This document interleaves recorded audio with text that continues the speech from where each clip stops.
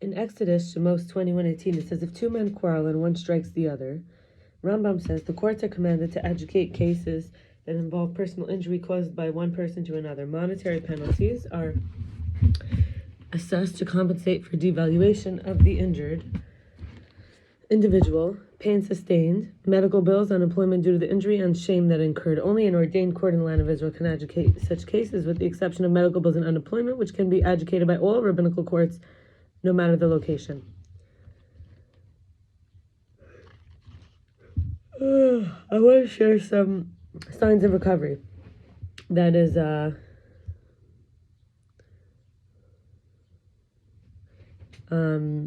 it was in the program SLAA, but you could look at this in any program. 1, we seek to develop any program is anywhere that you feel like you're not recovering, you're stuck, you're using something that hurts you, you're acting out. So SLAA is a program for people who feel addicted or avoidant in sex and love. Excuse me, but you could find this literature online, you could look into this. We seek to develop a healthy daily relationship with a higher power, knowing that we are not alone in our efforts to heal ourselves from our addiction or anorexia. 2, we're willing to be vulnerable because the capacity to trust has been restored to us by our faith in a higher power. And 3, we surrender one day at a time our whole life strategy of and our obsession with the pursuit of romantic and sexual intrigue and emotional dependency and or avoidance of intimacy with self and others. 4, we learn to avoid situations that may put us at risk physically, morally, or psychologically, or spiritually, and learn to take healthy risks that nurture us at all of these levels. We develop healthy boundaries and learn to trust ourselves and feel safe to become open to intimacy. 5, we learn to accept and love ourselves, to take responsibility for our own lives and to take care of our own needs before involving ourselves with others.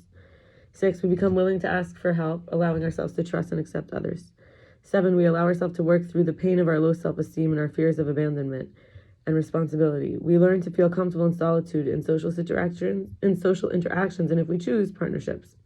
8, we begin to accept our imperfections and mistakes as part of being human, healing our shame and perfectionism while working on our character defects. 9, we begin to substitute openness and honesty for self-destructive ways of expressing or repressing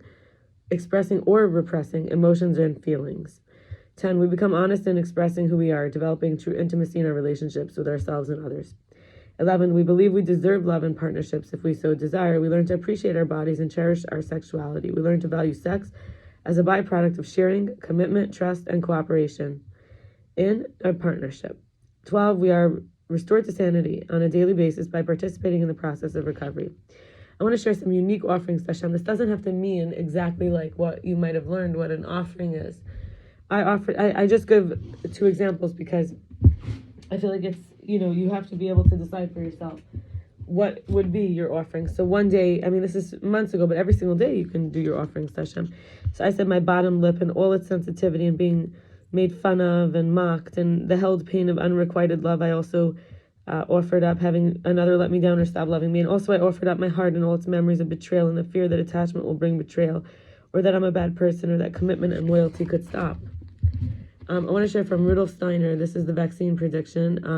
Ajna Love, soulharmonics.org, eliminate the soul with medicine in 1861 to 1925. In the future, we'll eliminate the soul with medicine. Under the pretext of a healthy point of view, there will be a vaccine by which the human body will be treated as soon as possible directly at birth, so that the human being cannot develop the thought of the existence of soul and spirit. To materialistic doctors will be entrusted the task of removing the soul of humanity. So in the future, children will be vaccinated with substance that can be produced precisely in such a way that people, thanks to this vaccination, will be immune to being subjected to the madness of spiritual life. He'd be extremely smart, but he would not develop a conscience, and that is the true goal of some materialistic circles. With such a vaccine, you can easily make the etheric body loose in the physical. Once the etheric body is detached, the relationship between the universe and the etheric body would be extremely unstable, and man would become an automaton, for the physical body of man must be polished on this earth by spiritual will. So the vaccine becomes a kind of harmonic force. Man can no longer get rid of a given materialistic feeling. He becomes materialistic of constitution and can no longer rise to the spiritual. And then, so in terms of like this addiction to the physical, we'd have to look at a few things here. First of all,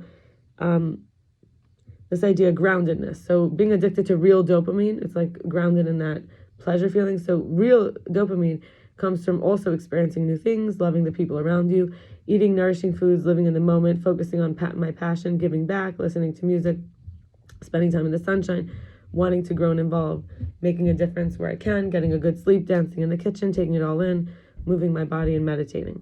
And then when we look at artificial light, at night and Cancer, there's a global study by Redhwan, Al-Naggar, Shirin, Anil, about LED lighting increasing the cancer risk, hormonal chaos, sleep destruction, metabolic damage, cognitive decline, accelerated aging, which is cancer in the body sites like in the breast and colorectum, has been linked to ALAT, which is artificial light at night.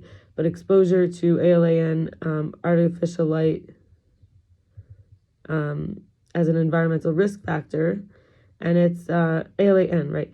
And its relation to cancers in the human body, in the humans, has never been studied in detail. So MS is melatonin suppression. And it happens, we have here, like, by the wavelength, so at LED light bulb, which is 6,000 K, melatonin suppression is 80%.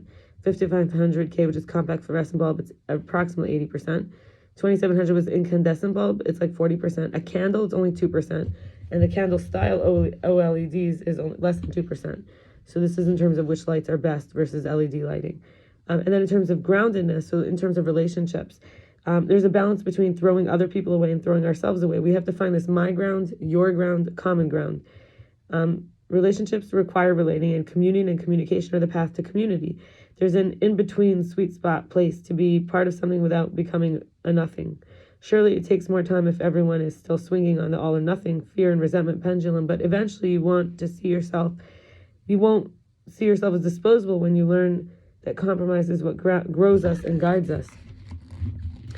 I did an inner child meditation with Venus Winslow, and it was like a really interesting experience to see that version of myself. She looked so majestically beautiful with big sparkly eyes and dark full hair, rich creamy skin with a big head, so smart and royal looking, extraordinary and shiny and gorgeous aura. She was seeming quiet, seeming shy, scooting back in the chair even a little, lifting up her knees and legs up a little in between us. When I merged and became her, I felt peaceful and reserved.